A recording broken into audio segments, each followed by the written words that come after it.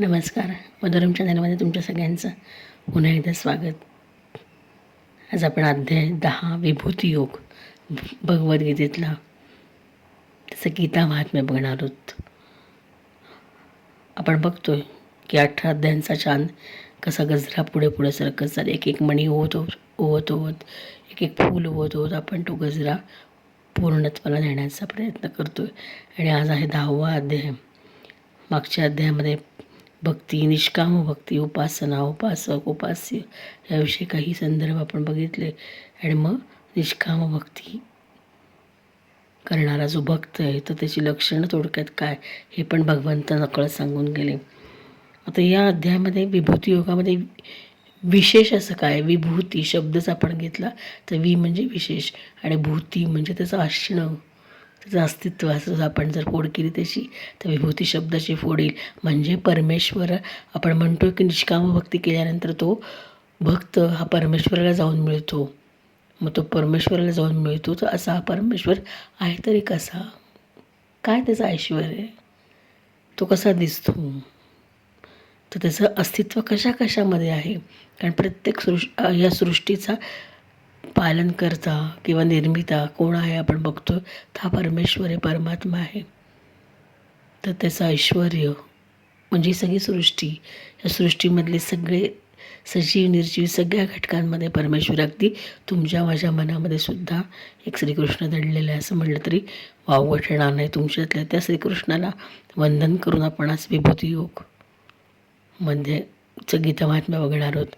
विभूती म्हणजे म्हणजे विशेष वैशिष्ट्यपूर्ण असलेलं आणि भूतीमृतच असलेलं अस्तित्व. तर हा विभूती योग काय आहे, परमेश्वराचं ऐश्वर्य काय आहे ते नकळत परमेश्वराने वर्णन स्वतःच केलेलं आहे. कारण अर्जुनाला असंख्य प्रश्न पडत आहेत. त्या प्रश्नांचं निराकरण करण्यासाठी परमेश्वराला आपलं स्वरूप दाखवून देणं गरजेचं वाटतं आहे. आणि मग त्यासाठी हा विभूती योग त्याने सांगितला. म्हणजे परमेश्वर श्रीकृष्ण सर्व जगाच्या उत्पत्तीचे कारण आहेत. त्यांच्यामुळे सर्व जग गतिमान क्रियाशील आहे. आणि ही श्रद्धा आपल्या सगळ्यांच्या मनात आहेच आणि असावीच. मग ज्ञानीभक्त कोणता, आपण 7व्या अध्यायात बघितलं. ते म्हणतात मला फक्त ज्ञानीभक्त प्रिय आहे. ज्ञानी म्हणजे जो मला जाणतो. तर हे 7व्या अध्यायात आपण पाहिलं. आणि ते म्हणतात माझं ध्यान करणाऱ्यांना मी तत्त्वज्ञान सांगतो. म्हणजे त्या प्रत्येक सृष्टीतील गोष्टीमधलं तत्त्व काय हे जाणणं, ते तत्त्वज्ञान काय आहे, त्याच्यातील अज्ञानाचा अंधकार तत्त्वज्ञानरूपी दिव्याने मी नाहीसा करतो असे श्रीकृष्ण या नकळत अध्यायामध्ये स्वतःचं ऐश्वर्य सांगताना उलगडून जातात. अर्जुनास म्हणतात अर्जुना त्यांचा परमशिष्य भक्त आहे, परमशिष्य भक्त आहे. त्यामुळे परमेश्वराला तो म्हणतो की मी तुम्हाला कसे जाणू. अर्जुनाच्या मनात अजूनचा प्रश्न आहेत. तो म्हणतो हे परमेश्वरा मी तुला कसं जाणू, मी आपले कसे चिंतन करू. मी त्याला निष्काम भक्त होताना सुद्धा या प्रश्नांची प्रश्न पडतात की परमेश्वराची साधना करायची, परमेश्वराचं स्वरूप सगळ्यात बघायचं म्हणजे नक्की काय करायचं, मी आपले कसे चिंतन करू असा त्याला प्रश्न पडतो. आणि ज्या विभूतीच्या योगाने आपण व्यापून राहिला आहात त्या विभूती आपण सांगितल्या तर बरे होईल. आपण सांगाल आपल्या विभूती असा प्रश्न अर्जुन इथे श्रीकृष्णाला विचारतो काय असं वाटते. त्या आपली योगशक्ती आणि विभूती मला तुम्ही सांगितल्या तर या अध्यायाद्वारे मला तुम्हाला समजून घेता येईल असं नकळत अर्जुन श्रीकृष्णाला विचारतोय. श्रीकृष्ण म्हणतात हे सगळं विश्व मी माझ्या योगमायेच्या एका अंशानं धारण केलं. म्हणजे प्रत्येकामध्ये माझा अंश असं ते म्हणतात. जसं मी बोलले तुमच्यात माझ्यातसुद्धा अंश आहे. आपणच परमेश्वराचेच अंश आहोत. प्रत्येकाच्या मनामध्ये एक सुप्त एक देवच दडलेलं आहे. म्हणून त्या देवतेचं स्मरण करणं, तर देवाचा आदर करणं, त्याचं माणूस पण त्यातलं जमणं, माणुसकी जपणं म्हणजेच परमेश्वराचं चिंतन आहे असंही नकळत तिथे सांगता येईल. हे सगळं विश्व मी माझ्या योगमायेच्या केवळ एका अंशानं धारण केलं आहे. म्हणून हे जग माझाच अंश आहे. म्हणून भेदभाव टाकून सर्व समभावाने अर्जुनाला श्रीकृष्ण इथे बघायला सांगतायत. यात भगवंतांनी आपल्या नानाविध 75 एकूण विभूती सांगितल्यात. तर काही विघातक आहेत, तर काही या भासवानसुद्धा आहेत त्याच्यामध्ये. ईश्वराच्या विराट अभिव्यक्तीचं दर्शन या अध्यायामध्ये श्रीकृष्णाने घडवले, म्हणजे स्वतःचं ऐश्वर उलगडले. 20व्या श्लोकापासून त्याचं वर्णन या अध्यायात बघायला मिळतं. सर्व भूतांच्या हृदयात असलेला सर्वांचा आत्मा, भूतांचा आदी मध्य अंत मीच आहे ते म्हणतात. विभूतींचं वर्णन या अध्यायाचं मर्म आहे. म्हणजे परमेश्वराचं ऐश्वर संपन्न रूप आपल्याला इथं दिसतं. मागच्या अध्यायामध्ये आपण उपासना, भक्ती याबद्दल बघितलं, पण श्रीकृष्ण परमात्मा सर्व सृष्टीचे अधिकरण आहे आणि त्याची भक्ती कोणत्या स्वरूपात करायची याचा उलगडा होत नाही. आणि विभूतींचं वर्णन कृष्णानं केलं. तू कोणत्या रूपात व्यक्त आहेस हे सुद्धा अर्जुनाला कळेना. विभूती कशा ओळखायच्या, कोणत्या गुणावरून ओळखायच्या, असे अनेक प्रश्न आणि प्रश्न पडायलाच पाहिजेत. कारण प्रश्न पडतात म्हणजे तुम्ही ज्ञानाचे भुकेले आहात. तुम्ही अज्ञानात तसा अर्थ होत नाही त्याचा, तुम्ही ज्ञानाचे भुकेले आहात आणि तुम्हाला त्याचा आत्ताने होते असाच नकळत अर्थ घेता येईल आपल्याला इथून. सर्व समभाव ठेवण्याचं आवाहन ते श्रीकृष्ण करतात. या अध्यायाचा शेवट हा विभूती विस्तार सांगण्याचा हेतू स्पष्ट करतो. अध्यायाचा शेवट आहे, शेवटचे 41 श्लोक. तर हे सांगण्याचं मर्म काय, कशासाठी सांगितले ते नकळत तिथे सांगून जातो. विभूती विशेष अस्तित्व परमेश्वर, जसं मी बोलले की विशेष वैशिष्ट्यपूर्ण असं असणं परमेश्वराचं अस्तित्व म्हणजेच विभूती. आपल्याला सांगता येईल की या 10व्या अध्यायातील विभूती वर्णन हे भगवंताचं शब्दबद्ध मनोगतच आहे की काय असंही म्हणता येईल. कारण स्वतःची विभूती ते स्वतःच सांगतायत. विभूती वर्णन ते स्वतःच ठेवतात. म्हणजे सगळं माझ्यातूनच, सगळं माझंच, हाच भाव, माझे अस्तित्व म्हणजे विभूती निर्माण करणारी माझीच योगशक्ती, योगमाया या सांगितलेल्या 75 विभूती. यात काही जसं बोलले मग असे मी की काही भासमान आहेत, तर काही विधायक पण आहेत, म्हणजे सकारात्मक आहेत, तर काही नकारात्मक पण आहेत. म्हणजे परमेश्वराचं ऐश्वर हा विभूती योग सांगून जातो. सर्व भूतांचे बीज असे मी, दिव्य विभूतींचा नसे अंत, माझ्या एक अंशाने जग व्यापुनी उरलो मी असं म्हणती. सृष्टीचा आधी मध्य अंत मी, अक्षरात अकार द्वंद्व मी, समासात विश्व कर्त्याचे मुख मी, मृत्यू जन्म आणि मीच. थोडंसं बऱ्याच विभूती त्याच्यामध्ये असं आपल्याला म्हणता येईल. आपण याची पूर्वपीठिका बघतो, अध्याचं आपण निरूपण इथे करत नाही आहे. तर विश्वकर्त्याचं थोडासा अंश बघतो, पण काय आहे त्याच्यामध्ये, तर विश्वकर्त्याचं मुख मी आहे, मृत्यू जन्म मी असं ते म्हणतात. म्हणजे अशा विभूतींचा उल्लेख यात आहे. पण नुसतं या विभूतींचं चिंतन करून चालेल का, हो नाही चालणार. तर त्या परमात्म्याची भेट व्हायची असेल तर त्यासाठी मन आणि बुद्धी याच्या जोरावर काम करायला हवं. विचार बुद्धी हा केवळ किनारा आहे आणि या सागरात आपल्याला जर बुडी मारायची असेल तर ध्यान करणं गरजेचं आहे. साधना पुन्हा आधीच बघा येते. ध्यान करणं गरजेचं आहे, तळाचा शोध घेणं गरजेचं आहे. आणि ही साधना या सगळ्या विभूती त्याच्या विस्तारांचं प्रतीक सांगतात. पण प्रतीक म्हणजे नुसती त्या परमेश्वराची प्रतिमा आहे असं सुद्धा म्हणता येणार नाही. तर ती केवळ मार्गदर्शक किंवा वाटसरू मैलाचा दगड ठरते आपल्याला. आणि त्याच्या खोलवर जाणून घेणं म्हणजे त्याचं विभूती दर्शन करणं परमेश्वराचं असं म्हणता येईल. हे प्रिय परमात्म्याचं अस्तित्व जाणणं असं म्हणता येईल. अनुभव हाच मार्गदर्शक असतो आणि अनुभूती देतातच. म्हणजे भगवंताच्या असण्याची, त्याचं तेज अनुभवण्याची अनुभूती, त्याला जाणण्याची अनुभूती आपल्याला कधी होईल, जेव्हा आपण प्रत्येक गोष्टीमध्ये परमेश्वराचं स्वरूप बघू असंच म्हणता येईल. प्रत्येक गोष्टीत परमेश्वराचं तेज आहे असं आपण म्हणू, तेव्हाच आपल्याला हे सगळं जाणून, म्हणजे सगळे विश्वच परमात्मा स्वरूप ब्रह्मस्वरूप आहे. आणि हाच बोध या विभूती योगातून मिळतो. म्हणजे आपण दैवतेची नाही तर त्यातील तत्वाची पूजा करायला हवी. आणि हाच विशेष अंश असण्याचा परमेश्वराचा भास आहे की काय असंही म्हणता येईल. म्हणजे चराचरात सृष्टीत सगळीकडं हे चैतन्य व्यापलेलं आहे, भरलेलं आहे. त्याची फक्त जाणीव होणं आपल्याला गरजेचं आहे. आणि या विभूतींचं ऐश्वर इथं श्रीकृष्ण स्वतः सांगतायत. तर असा हा 10वा अध्यायाची थोडीशी पूर्वपेटिका आहे. मग याचं आपण आपल्या मूळ विषयाकडे आपण मिळतो की याचं का 10व्या अध्यायाचं स्मरण, पठण, मनन, चिंतन करायचं, त्याच्यामागची आख्यायिका काय आहे, गीता महात्म्य काय आहे तर हे आपण बघतो. आपलं कथानक असं आहे की श्री भगवान म्हणाले, हे महाबाहो, आणखीही माझे परम रहस्यमय आणि प्रभावयुक्त म्हणणे ऐक. शब्दांची खेळ बघा, कसे शब्द पॉवरफुल प्रत्येक ठिकाणी वेगवेगळे त्या त्या अनुषंगाने वापरलेत. परम रहस्यमय आणि प्रभावयुक्त म्हणणे ऐक, जे मी अतिशय प्रेमी अशा तुला तुझ्या हितासाठी सांगणार आहे, असं ते म्हणतात. कोण म्हणत आहेत तर श्री भगवान. आता ही सुरुवात झाली या अध्यायाची. मग त्याच्यावरती त्याची जर गीते महात्म्य बघताना आपण संवाद ऐकतोय कुणामधला तर शंकर आणि पार्वती.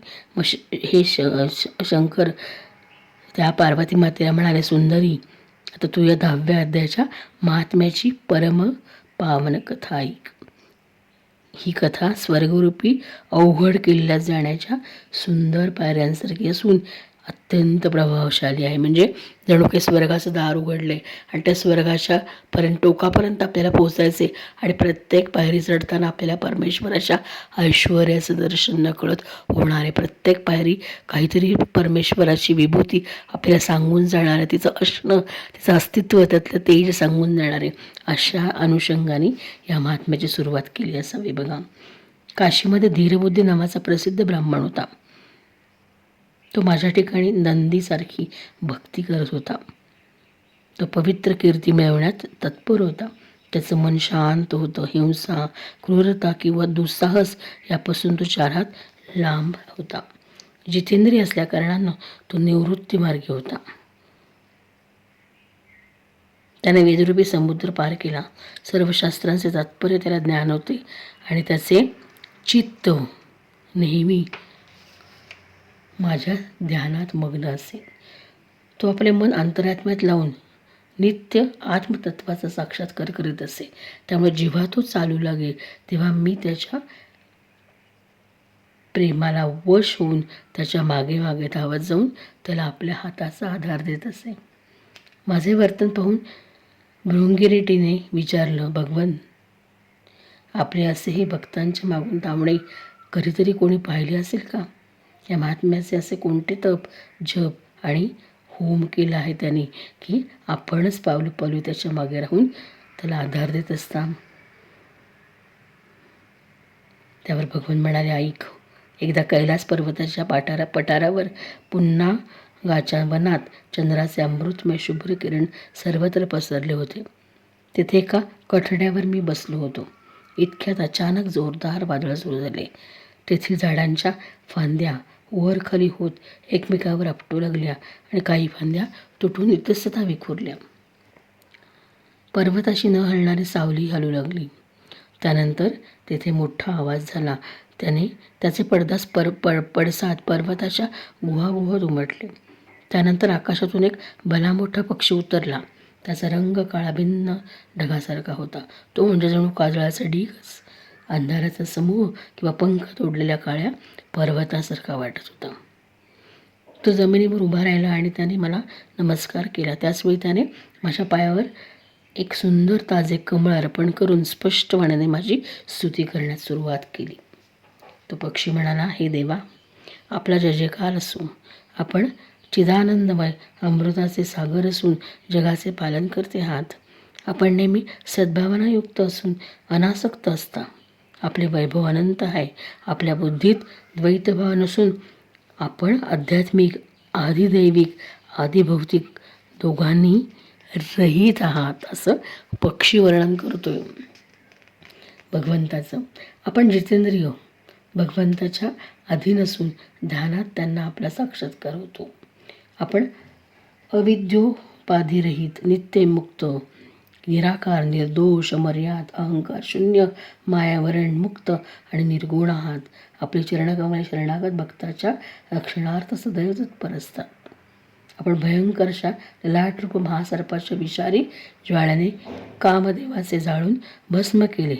प्रत्यक्षादी प्रमाणांनी आपले ज्ञान होत नाही, कारण आपण स्वतःच प्रमाण स्वरूप आहात. आपल्याला वारंवार नमस्कार. श्रेष्ठ योगी जी चरणकमळे आपल्या हृदयात धारण करतात त्यांना मी वंदन करतो. संसार सागरातून पहिल्या तऱ्हेला नेण्यास तीच समर्थ आहे. भगवंताची चरणकमल. प्रत्यक्ष बृहस्पतीसुद्धा आपली स्तुती करण्याचं धाष्टार्य करू शकत नाहीत. हजार मुखे असणाऱ्या शेषालाही आपल्या गुणांचे वर्णन करता येणार नाही. मग माझ्यासारख्या अल्पबुद्धी पक्ष्यांची काय कथा बघा. म्हणजे एवढं वर्णन करूनसुद्धा तो त्याच्याकडे त्याचं श्रेय घेत नाही आहे. तो काय करतोय, ते ते स्वतःकडे ते श्रेय न घेता ते परमेश्वराने अर्पण करतो.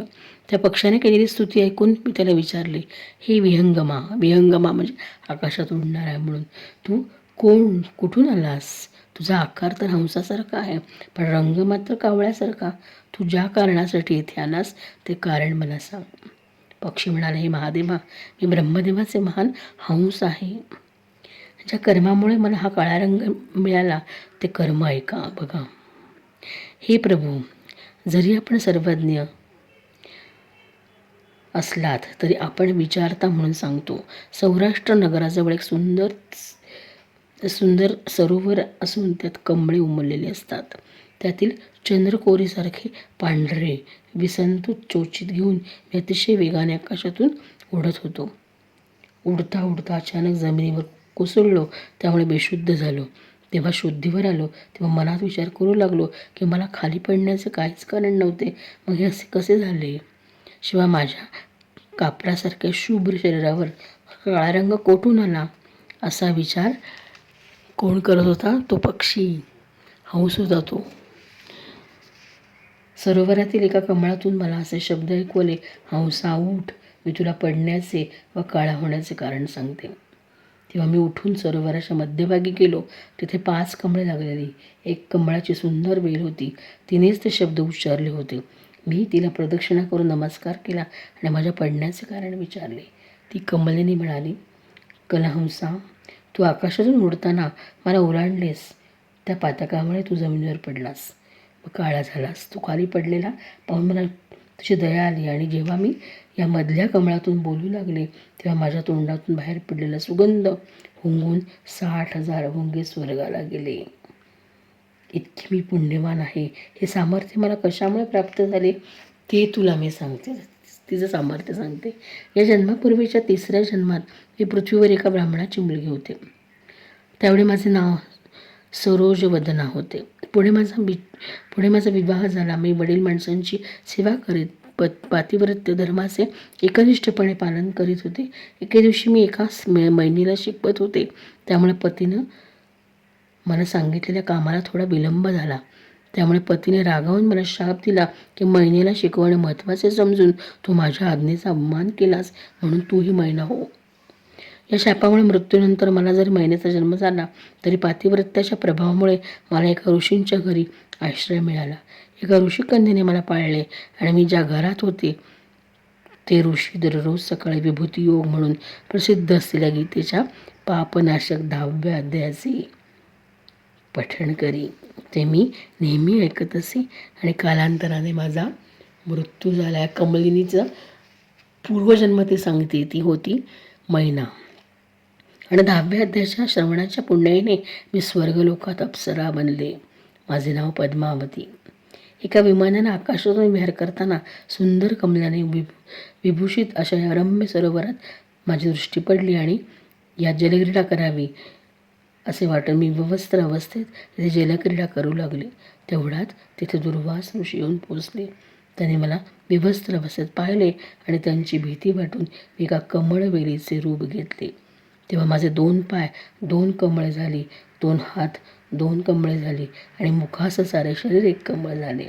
अशा रीतीने 5 कमळांनी युक्त अशी एक कमलिनी मी झाले.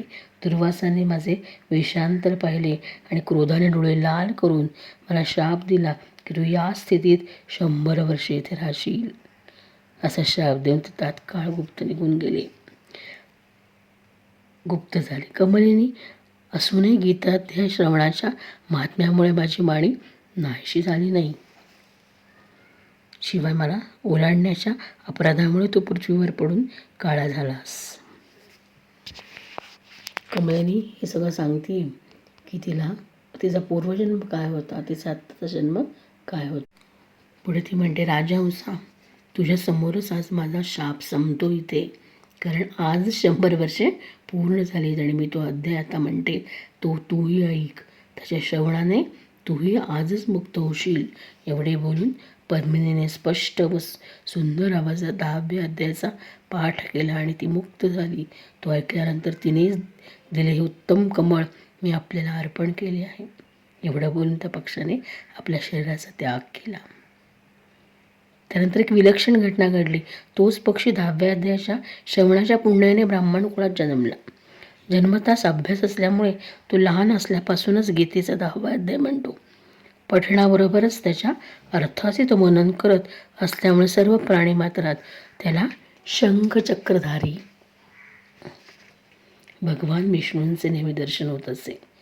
त्याची प्रेमळ दृष्टी जेव्हा एखाद्या देहधारी प्राण्यांवर पडते तेव्हा तो मद्यपी किंबहुना ब्रह्महत्या करणारा असला तरी तो मुक्त होतो. बघा, म्हणजे एखाद्याचं असणं देखील किती समृद्ध करू शकतो. चैतन्य, तेज, एनर्जी, सगळ्या गोष्टी त्याच्यात. विषयांतर नको. पूर्वजन्मीच्या 10व्या अध्यायाच्या अभ्यासाने त्याला दुर्लभ तत्त्वज्ञान प्राप्त झालं असून तो जीवनमुक्तही झाला. एवढ्यासाठीच मी तुला वाटेतून चालताना माझ्या हाताची मदत देतो. भृगिरिटे हा सारा 10व्या अध्यायाचाच मोठा प्रभाव आहे. पार्वती, भगवान म्हणतात शिव, अशा रीतीने मी भृगिरिटीला जी पापनाशक कथा सांगितली होती तीच तुलाही सांगितली. स्त्री असो वा पुरुष, कोणालाही या 10व्या अध्यायाच्या केवळ श्रवणाने सर्व आश्रमांच्या पालनाचे फळ मिळते. का असेल? कारण या अध्यायातच सांगितले परमेश्वरांनी, मी सर्व प्राणीमात्रात आहे, सगळ्यामध्ये माझा अंश आहे, सगळ्यांचं अस्तित्व मीच आहे. आधी मी आहे, अनंत मी आहे आणि मध्य देखील मीच आहे. म्हणून सगळ्या प्राणीमात्रामध्ये या परमेश्वराचा अंश आहे. म्हणजे हे 10व्या अध्यायाचं गीता महात्म्य. 10वा अध्याय का श्रवण करायचा? तर सगळ्या पापातून मुक्त होत प्रत्येक जन्मामध्ये आपल्या हातून घडलेल्या पापांचं क्षालन आपल्या हातून नकळत होतं, हे सांगण्याचा प्रयत्न इथं परमेश्वर आपल्याला करत नाही ना. जसं मी बोलले की ईश्वर, प्रत्येकामध्ये ईश्वर बघणं, सगळ्या जगात ईश्वर आहे, आपल्या हृदयातसुद्धा ईश्वर आहे. आता आपली भारतीय परंपरा तर पूजा सांगते. म्हणजे मूर्तीपूजा करताना सुद्धा आपण त्या प्रत्येक मूर्तीची प्रतिष्ठापना करतो, त्याच्यामधल्या तत्वाला आपण त्याचं अधिष्ठान करतो आणि मग त्याची पूजा करतो, त्याचं तत्त्व आपण जाणतो. म्हणजे या आपल्यासुद्धा परंपरेमध्ये देवतेचं पूजन आहे, पण विशिष्ट देवता पूजन नुसतं नसतं, तर त्यातील ईश्वरी तत्त्वाचं पूजन आपण करतो. हे सगळं विश्वच हे परमात्मा स्वरूप आहे आणि ब्रह्मस्वरूप आहे. आणि हाच थोडासा नकळत काहीतरी संदेश या विभूती योगातून आपल्याला मिळतोय का? सर्वसमभाव, सगळीकडे परमेश्वराचं अस्तित्व आहे, तुमच्यात, माझ्यात, या फोनमध्ये अस्तित्व आहे, माझ्या बोलण्यात अस्तित्व आहे, माझ्या वाणीत अस्तित्व आहे. तुम्ही ऐकताय, जे बघतायत, ज्यांना बुद्धी होती बघण्याची, तर त्यांच्यामध्ये सुद्धा हे परमेश्वराचं अस्तित्व आहे. आणि सगळ्यांच्या त्या तुमच्या माझ्या कृष्णाला वंदन करून, स्मरण करून, त्याचा आदर करून मी हा गीतेच्या 10व्या अध्यायाचं गीता महात्म्य ते संपवते. उद्या पुन्हा भेटूच. जय कृष्ण, जय श्रीकृष्ण.